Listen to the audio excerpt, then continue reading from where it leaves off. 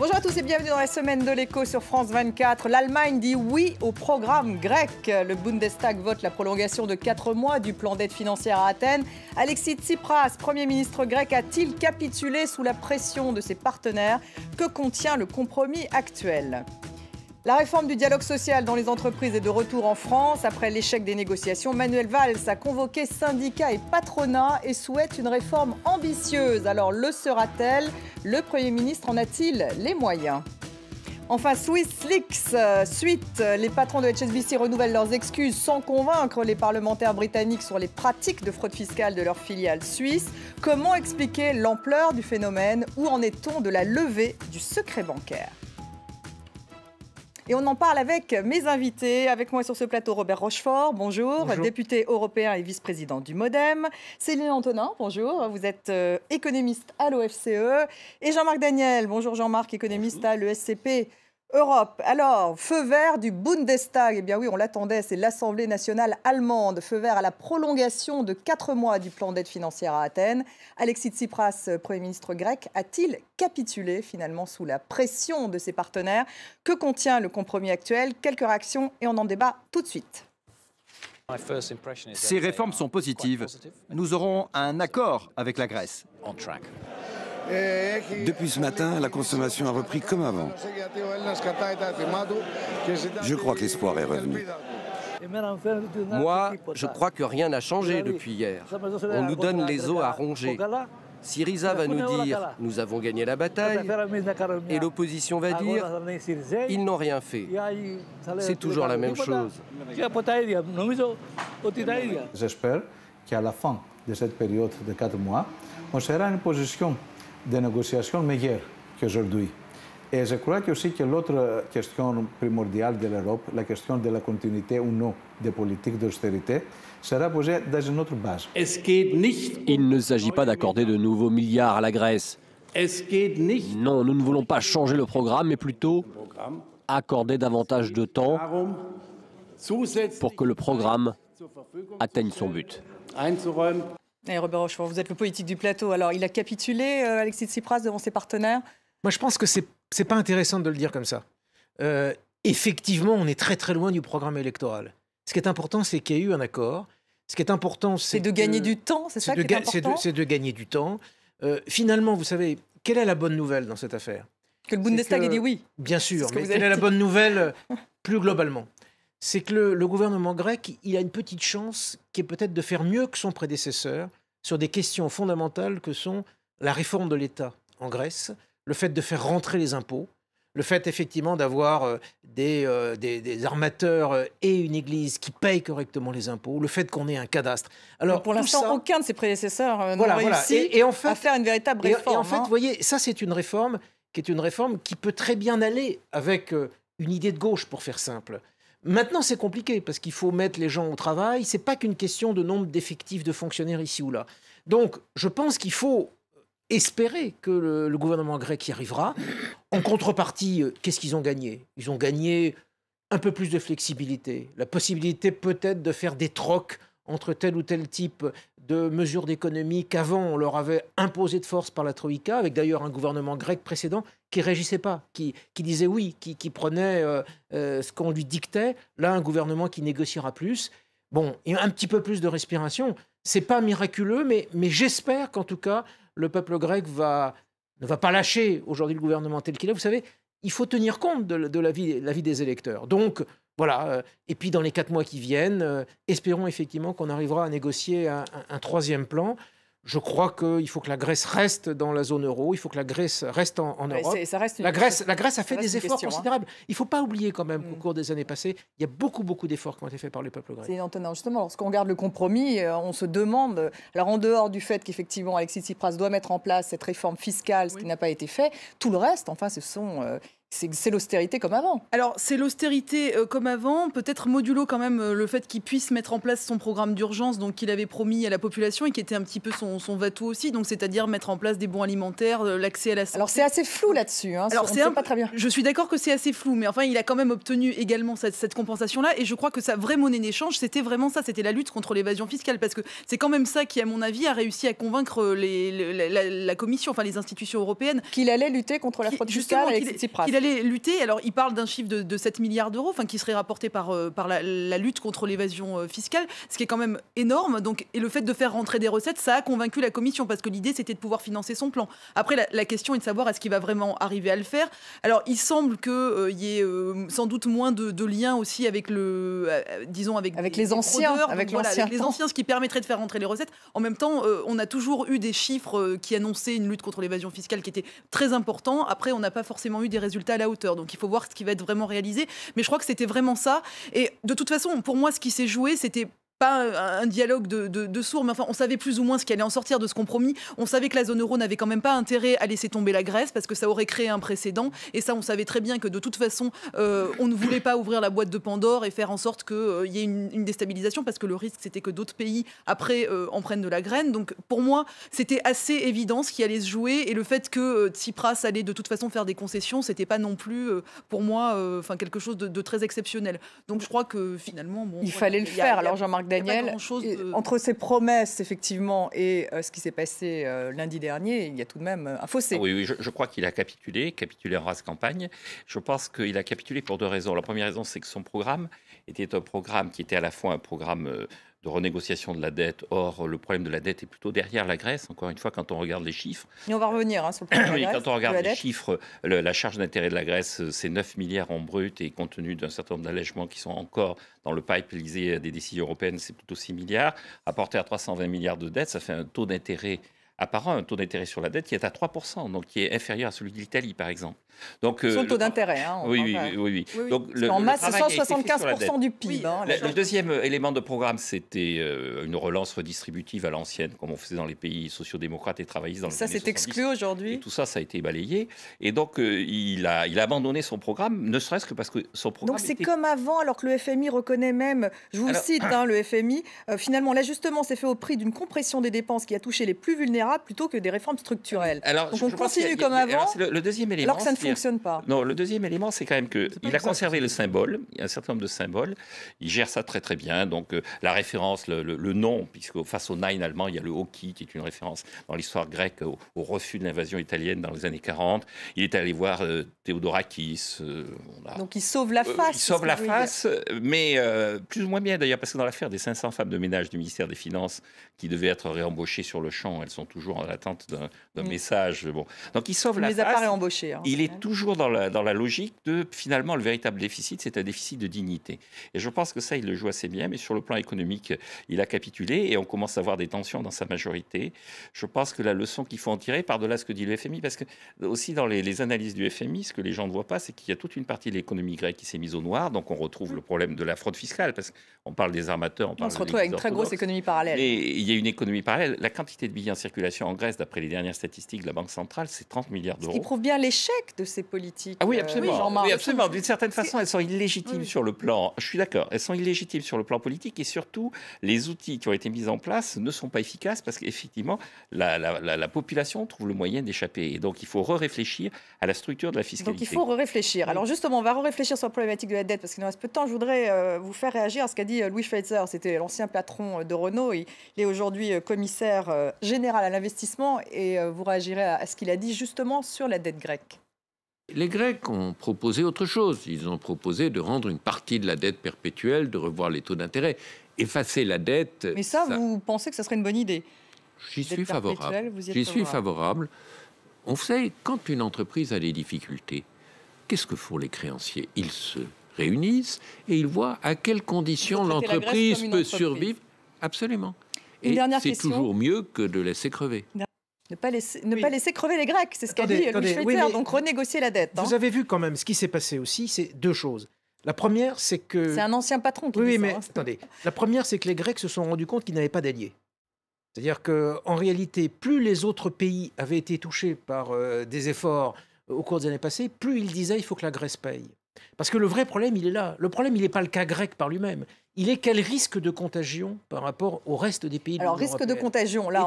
Et donc, si on reprend la question de Schweitzer, évidemment, tout le monde sait que de toute façon, il y avait des plans de restructuration, mais qui seraient venus en leur temps. On ne peut pas les faire à chaud. C'est ça peut-être que Schweitzer n'a pas compris. C'est qu'on peut le faire pour une entreprise. Donc on pourrait le faire aujourd'hui parce que une entreprise, c'est une entreprise, c'est un instant T. Là, on est sur un contexte politique européen dans lequel ça ne pouvait pas se faire à chaud. Et donc, ils se sont rendus compte qu'ils ont été seuls. Je rajoute à ça, moi je suis un peu triste quand même par le fait qu'on a le sentiment que c'était uniquement l'Allemagne qui était en face. Comme si la question... Il y a eu un vrai rapport de force quand même entre Schäuble et Varoufakis. C'est bien ce que je vous dis, mais je suis un peu triste. J'aurais aimé, si vous voulez, qu'il y ait quelque chose de beaucoup plus collégial.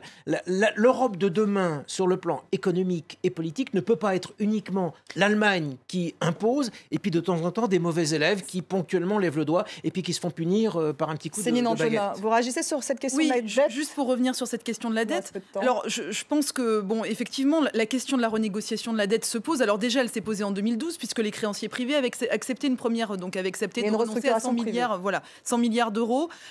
Bon, pour les créanciers du public, la question peut également se poser. Alors, sachant qu'il y aurait de toute façon des créanciers prioritaires, je pense au FMI, je pense à la BCE également. Mais il faut quand même penser aussi que les pays européens ont prêté à la Grèce un montant important. Bon, alors l'équivalent, disons, de 240 milliards, mais surtout, lors de prêts bilatéraux, la France, par exemple, en fait, il y a 40 milliards qui ont été à peu près prêtés à la Grèce. Ça voudrait dire renoncer pour le contribuable, enfin en fait pour le contribuable français, ça serait effectivement renoncer. Ça lui coûterait combien alors j'ai pas fait les calculs, on parle de 600 euros par ménage. Bon, enfin en tout cas. Si d'autres pays s'en inspirent après pour faire la même chose, enfin, je veux dire, ça a quand même des répercussions non négligeables. Donc je pense que ça doit venir dans un deuxième temps. On doit effectivement réfléchir. La Grèce ne pourra pas rembourser les 175% d'endettement, c'est évident. Mais ça doit venir dans un deuxième temps. Ça doit se faire de façon concertée. Et effectivement, à mon avis, ça doit surtout s'étaler dans la durée. Enfin, je veux dire, on va voir comment ça va se faire. Après, il faut laisser jouer l'inflation. Enfin, je veux dire, il y a des choses qui peuvent jouer dans la durée, mais de décréter brutalement un haircut comme on l'a fait sur la dette, enfin, je pense que ça serait un peu irresponsable. Non, je voudrais quand même apporter deux éléments de précision. La première chose, c'est qu'une dette publique, ça se rembourse pas. C'est-à-dire, quand M. Schweitzer dit on devrait faire une dette perpétuelle, mais elle est perpétuelle, la dette. À chaque fois, on la renouvelle, on la reprolonge. Sachant qu'il y a un poids de la dette quand même qui peut aussi peser lourd. Dans les budgets, il n'y a jamais le remboursement, il y a inscrit simplement les charges d'intérêt. Et pour en revenir aux charges d'intérêt, le charge d'intérêt maintenant de la dette grecque est une des plus faibles d'Europe. On a tellement abaissé les taux d'intérêt, tellement artificiellement réduit le poids de la dette. La charge d'intérêt, elle est quand même énorme. Elle est quand même énorme pour 2015. Elle est de 6 milliards d'euros. Encore une fois, si on applique le dernier plan, les dernières décisions prises par le gouvernement précédent, sur un budget, sur une dette qui fait 320 milliards et sur un budget qui fait 80 milliards d'euros. La charge de la dette, c'est 6 milliards. En tout cas, on a d'ici au mois de juin, puisque finalement, ils ont... C'est le besoin de financement, mais la charge de la dette... voilà, mais la dette entière, c'est 75% du PIB, il faut le rappeler. Il reste en tout cas jusqu'à fin juin pour l'ensemble des négociations, et bien sûr, on en reparlera. La réforme du dialogue social dans les entreprises est de retour en France. Après l'échec des négociations, Manuel Valls a convoqué syndicats et patronat. Le Premier ministre souhaite une réforme ambitieuse, a-t-il dit. Alors le sera-t-elle? En a-t-il les moyens? Quelques réactions et on en débat ensuite. Il n'y aura pas a priori de discussion sur réforme énième du marché du travail, il y aura une évaluation, sauf un truc qui est un peu trouble, c'est on va travailler sur comment favoriser l'embauche dans les TPE. J'ai demandé au Premier ministre s'il voulait nous refaire un coup de CPE. Bon, visiblement, je ne sais pas ce qu'il va faire. Je salue la volonté du Premier ministre de réformer la France et de réformer le dialogue social. Par contre, en effet, nous serons très vigilants parce que d'abord, il y a urgence à réformer ce dialogue social. Le dialogue social, nous y croyons bien évidemment au MEDEF, c'est extrêmement important pour la compétitivité du pays. Aujourd'hui, il faut le réformer dans un sens de simplification, d'efficience et, je dirais, de confiance. Vu le sourire qu'a M. Gattaz, lui est satisfait, nous pas du tout. Le gouvernement a proposé, en tout cas dans les grandes lignes, quelque chose qui ressemble beaucoup à ce qu'avait proposé le MEDEF lors de la précédente négociation. Donc on ne peut pas être satisfait. Bon, on le voit bien, Robert Rochefort. Le dialogue social n'est-il pas en panne en France? Si, bien sûr que si. Il est en panne, vous savez. J'ai peur qu'on nous joue la loi Macron en bis avec le projet Rebsamen. C'est-à-dire qu'on va faire une petite réforme et on va avoir le sentiment qu'on est en train de faire quelque chose qui va mettre peut-être dans la rue, je n'en sais rien, enfin tous les protagonistes dans un psychodrame absolu. Quelle est la réalité? La réalité, c'est que l'accord qui n'a pas eu lieu entre les partenaires sociaux était déjà un accord... Vous déplorez ça? J'aurais dû se mettre d'accord. Oui, j'aurais préféré qu'il y ait un accord entre partenaires sociaux, mais même si cet accord avait eu lieu, on aurait été très en deçà de ce qu'il faut faire. Quel est le problème aujourd'hui? Le problème, c'est que les partenaires sociaux regardent les sujets en interne, c'est-à-dire les gens qui sont dans l'entreprise, qui sont protégés, comme on le disait il y a quelque temps.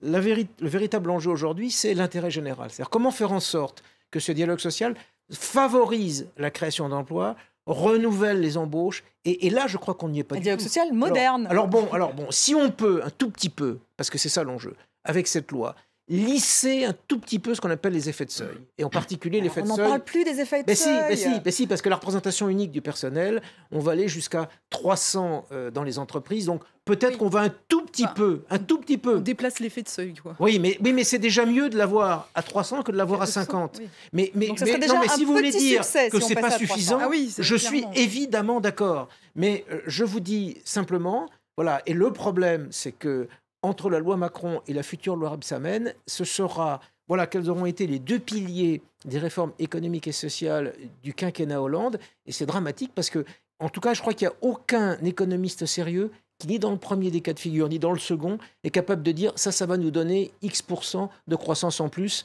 dans la croissance économique en général et dans la croissance de l'emploi en plus. C'est Antonin, en panne ce dialogue social?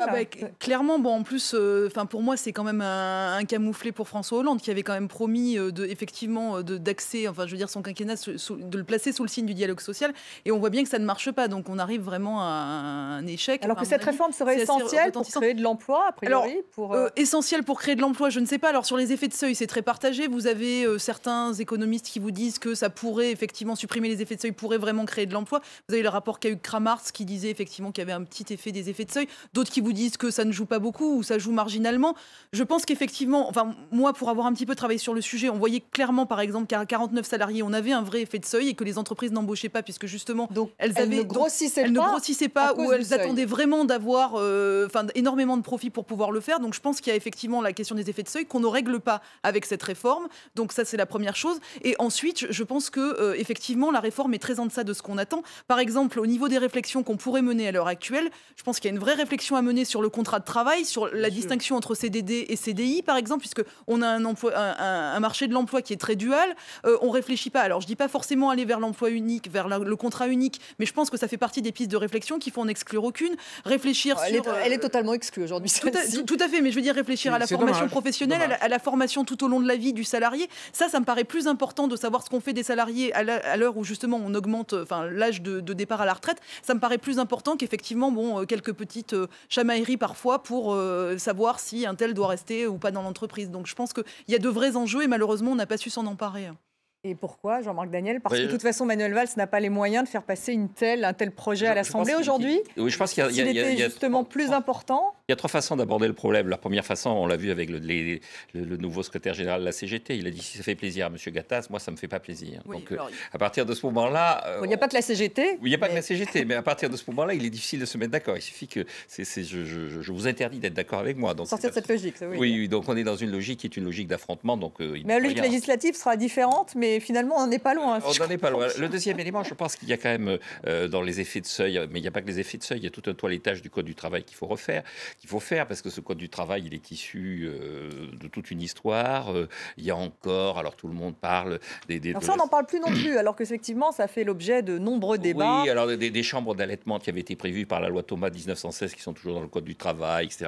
Bon, tous ces allègements, quand on l'avait dit à M. Sapin, quand il était ministre du Travail, en lui disant le code du travail est trop épais, il avait dit il n'y a qu'à réduire la police de caractère du code, comme ça il sera moins épais. Donc je pense qu'il y a aussi une sorte d'inertie politique à se dire la tâche est énorme, c'est un travail de Romain de remettre à l'ordre du jour tout ce qu'il y a dans le code du travail, ça va être très difficile, donc on va prendre quelques petites mesures. Il est clair que, mais sur la formation professionnelle, par exemple, qui coûte si cher, donc on n'en parle plus non plus. Oui. Excusez-moi, il y a eu une loi qui est justement la loi Sapin, qui n'a rien réglé. Sur les effets de seuil, on a quand même pas mal de travaux, effectivement, c'est assez ambigu les résultats des travaux, mais il y a quand même un seuil économique, entre guillemets, qui est le moment où une entreprise décide d'embaucher un DRH pour gérer le personnel. C'est-à-dire, à partir de 70-75 personnes, en général, dans une entreprise, il y a un DRH. Donc l'idée qu'il y ait un seuil économique, un seuil de gestion à 70 et non pas à 50 est une idée assez simple qui pourrait être partagée. Et puis alors, la troisième réflexion que je ferais, c'est que quand même, le monde évolue.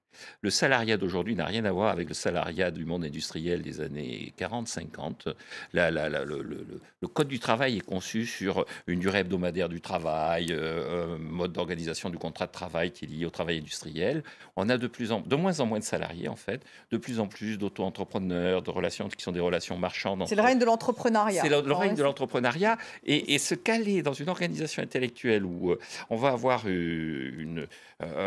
ad vitam aeternam, un code du travail organisé sur le travail industriel et le salariat du XXe siècle me paraît dangereux. Il faut aborder le problème véritablement en changeant complètement de logiciel et en se disant que le monde actuel, c'est une économie où la durée du temps de travail perd son sens, c'est une économie beaucoup plus d'échanges, beaucoup plus de contrats et beaucoup moins d'organisations hiérarchisées, de rapports de force. Mais il faut des règles tout de même. Ah ben il faut des règles, mais ces règles ne peuvent pas être celles d'une hiérarchie dans une entreprise. Il faut une règle simple qui est que tout ce qui permet à quelqu'un d'être actif soit possible, quel que soit le statut de cette personne, y compris un retraité qui est retraité et qui veut avoir une activité complémentaire. Donc c'est ça qu'il faut faire. Et vous me permettrez de rappeler sur le Code du travail, puisque François Bayrou le rappelle à chaque fois qu'il fait une émission de télévision, quand il amène le Code du travail français et le Code du travail suisse, en montrant comment dire la différence, même si la Suisse n'est pas forcément comment dire l'exemple qu'il faut suivre. Mais il est incontestable qu'on ne fait pas ce qu'il faut faire. Et ce qui est préoccupant, effectivement, c'est qu'en France, finalement, on ne le fait pas quand on laisse les partenaires sociaux s'organiser entre eux, et on risque de ne pas le faire non plus quand on dit c'est pas la majorité le politique qui reprend à l'Assemblée en plus. dessus. On passe à SwissLeaks parce qu'il nous reste peu de temps. Les patrons, c'était tout de même aussi l'actualité de cette semaine, puisque les patrons de HSBC, la fameuse banque britannique, eh bien, ont renouvelé leurs excuses, alors sans convaincre les parlementaires britanniques, sur les pratiques de fraude fiscale de leur filiale suisse. Et pour cause, Stuart Gulliver, le patron d'HSBC, avait 7,6 millions de livres sur son compte personnel au Panama, un compte ouvert au sein de la filiale suisse d'HSBC sur lequel il transférait des bonus quand il officiait à Hong Kong. Alors c'est vrai que c'est un peu difficile à soutenir, Céline Antonin. Oui, clairement. Alors, bon, en plus, je trouve que c'est un petit peu paradoxal parce qu'en octobre 2014, on a pris justement une décision assez importante qui consistait justement, enfin, les pays, 80 pays à peu près, qui ont pris cette décision de favoriser justement l'échange d'informations. Alors, ça doit prendre effet à partir de 2017, mais effectivement, d'avoir cet échange d'informations, un petit peu comme la loi FATCA qui se fait aux États-Unis, alors pas aussi de manière aussi contraignante, mais quand même, avec donc ces échanges d'informations pour connaître les clients des banques, etc., et arriver à faire du rapprochement. Donc on y est ou pas? Où on est? Mais non, justement, on n'en est pas encore, mais ça doit se mettre en place progressivement. Certains pays ont repoussé la date jusqu'en 2018. Alors l'Autriche, par exemple, en fait partie, mais notamment des pays comme le Panama, par exemple, font partie des pays qui ont accepté cet échange d'informations. Et là, on voit que effectivement, voilà, c'est pas encore du tout rentré dans les mœurs. Et déjà, j'avais de grands doutes quant à cette capacité à faire ça à partir de 2017, notamment parce qu'on résout pas forcément les problèmes des sociétés écrans. En fait, on déclare que à partir de 250 000 € en fait sur un compte, il va falloir connaître effectivement la nationalité de la personne, connaître ses caractéristiques. Donc il y a toujours un moyen. Il y a toujours un problème. Il y a toujours un moyen de contourner. Les sociétés écrans sont un moyen. Le fait de diviser dans des comptes plus petits sont aussi un moyen. Mais on pouvait penser qu'on allait dans le sens de l'amélioration. Et là, ça nous montre qu'il y a encore beaucoup de travail et que c'est très compliqué. On peut mettre un tout petit bémol d'optimisme malgré tout, parce que évidemment la plupart des turpitudes d'HSBC sont des turpitudes qui étaient quand même d'il y a quelques années. Tout à fait, et qui, si on en croit les dirigeants d'HSBC, sont quand même de plus en plus faibles aujourd'hui. Deuxième chose intéressante, je trouve, c'est que ce soit les Britanniques. Ça se passe avec une banque qui est à Londres, avec, comment dire, des parlementaires britanniques. Ils passent devant les parlementaires, très bien. Les dirigeants. Et ça, je trouve ça très bien. Et le fait que ce scandale sorte, c'est aussi quelque chose qui prouve que petit à petit, comment dire, les choses se font autrement. Et je pense que dans la communauté bancaire, malgré tout, tout ceci, ce sont des signaux d'alerte qui vont faire, avec l'appui des politiques, la force des politiques, et en particulier au Parlement européen, parce qu'il faut aussi une harmonisation européenne sur ces sujets-là. J'espère que nous allons aller dans la bonne direction. Jean-Marc Daniel. Oui, moi je trouve que dans cette affaire, il y a beaucoup d'hypocrisie. D'abord de la part des dirigeants de HSBC qui s'excusent. C'est le show à l'américaine. Oui, c'est le show à l'américaine, c'est grotesque. Mais aussi beaucoup d'hypocrisie de la part des gens qui ne veulent pas véritablement faire la différence entre la fraude fiscale et l'optimisation. Et l'optimisation, parce qu'on voit bien que les entreprises ne jouent pas véritablement le secret bancaire. Voilà, que la fraude fiscale soit condamnée avec une extrême violence et une extrême violence, je trouve ça normal, mais que des gens essaient d'échapper à l'impôt, il y a une espèce d'idée que... forcément, dès que l'État vient vous chercher, dès que l'État vient vous réclamer quelque chose, c'est légitime, c'est normal, il a raison.